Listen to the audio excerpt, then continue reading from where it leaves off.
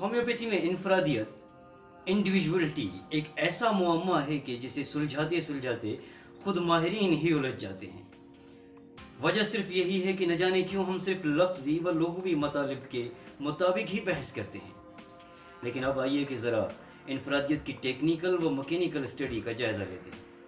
इस सेशन में शामिल तमाम नाज़रीन और सामाईन को खुशामदीद। एक मशवरा है कि इस सेशन को बखूबी समझने के लिए मेरे पिछले सेशनल तारफ़ी लेक्चर्स के वीडियोस भी एक बार ज़रूर ही मुलाहिज़ा कर लीजिएगा ताकि समझने में आसानी रहे। एक आम मुस्तमिल दवा से आगाज़ करते हैं, बेलाडोना।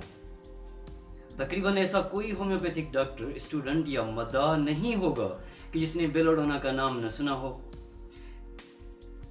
क्या कभी ऐसा हुआ है कि आपने बेलाडोना को अपनी तमाम प्रैक्टिस के दौरान सिर्फ एक ही मरीज को पिलाया हो?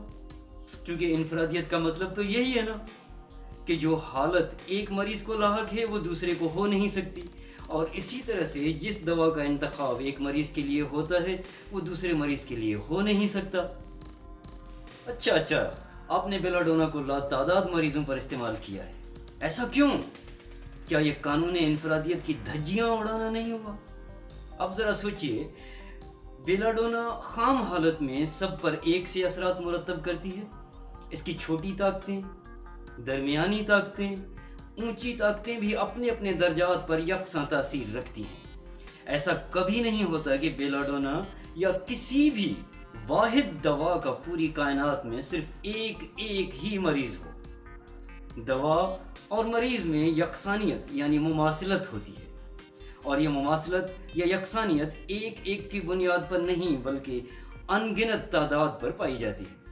अब इनफरादियत की हालत को देखते हैं कि इनफरादियत में ये देखा जाता है कि मर्ज का आगाज़ सोरा सिफिलिस साइकोसिस में से किस बिगाड़ से हुआ, और इस बिगाड़ ने किस उज़ू, खुलिया या सिस्टम में खलल डाला। और एक अहम चीज़ ये देखते हैं कि ये खलल किस दर्जों पर लाहक है।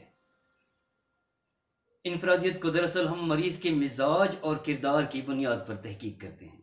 यहाँ पर याद रखने वाली बात यह है कि किसी एक फ़र्द का किरदार और मिजाज कई मुख्तलिफ अफराद के किरदार और मिजाज से मामूली तफरीक पर मुमासिल ही पाया जाता है। बिल्कुल इसी तरह से कि जैसे एक जैसे लोगों के हूबहू कई हम शक्ल पाए जाते हैं। ये मुमासिलत होती है, और मुमासिलत का मतलब है बहुत हद तक यकसानियत का पाया जाना।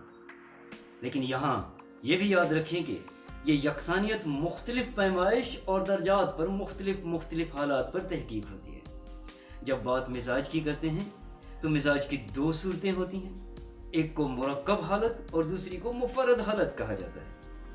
होम्योपैथी में हम मिजाज की इसी दूसरी सूरत को क्लासिकल होम्योपैथी की जान कहते हैं। आइए मिजाज को समझते हैं। एक मिजाज है गरम। गरम मिजाज की दो हालतें होती हैं। पहली हालत को गरम खुश्क और दूसरी हालत को गरम तर तहकीक किया जाता है। असल तशखीस यहीं से अमल में आती है। लिहाजा इसी को बखूबी समझना चाहिए कि गर्मी के साथ खुश्की पाई जाती है, और हमेशा याद रखना चाहिए कि खुश्की की भी दो हालतें होती हैं, खुश्क सर्द और खुश्क गर्म। इसी तरह ही गर्मी के साथ तरी पाई जाती है, तो तरी की भी दो हालतें होती हैं, तर सर्द और तर गर्म। जब सिर्फ एक ही लफ्ज़ गरम बोला जाता है तो इसका मतलब ये है कि ये मिजाज की मुरक्कब हालत है, क्योंकि इसके अंदर अभी मुफर्रद सूरतें गैर वाज़ेह हैं।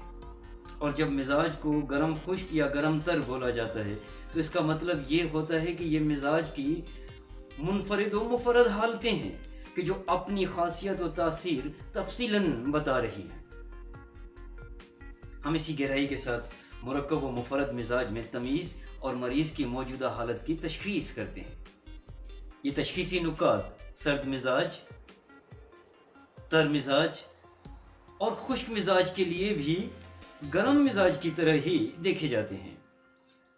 हम मर्जियाती हालत को 4 मुख्तलिफ दर्जात पर तकसीम करते हैं, और इन दर्जात को ऊपर बताए गए मुफर्रद मिजाज के खाका से देखते हैं कि गर्मी किस दर्जे हरारत पर है, और खुश्की या तरी जो भी साथ लाहक हो कितने दर्जे हरारत पर असरअंदाज है।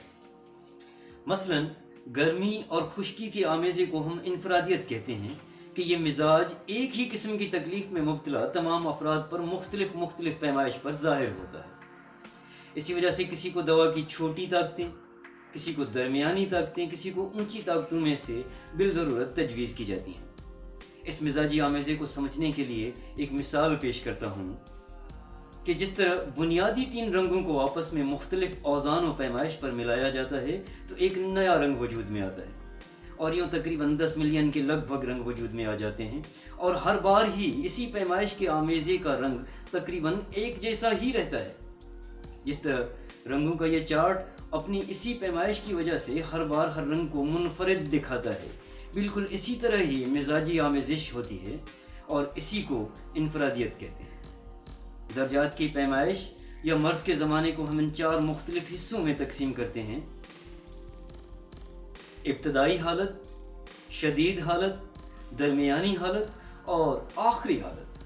یاد رہے کہ کسی بھی معالج کے ہاتھوں اب تک کا کیا جانے والا ہر علاج انہی 4 حالتوں کو دانستہ یا غیر دانستہ مد نظر رکھ کر ہی کیا گیا ہوگا۔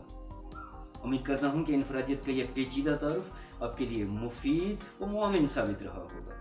اگلے سیشن تک اپنے فیسیلیٹیٹر ڈاکٹر یونس کشالی کو اجازت دیں۔ اللہ نگہبان۔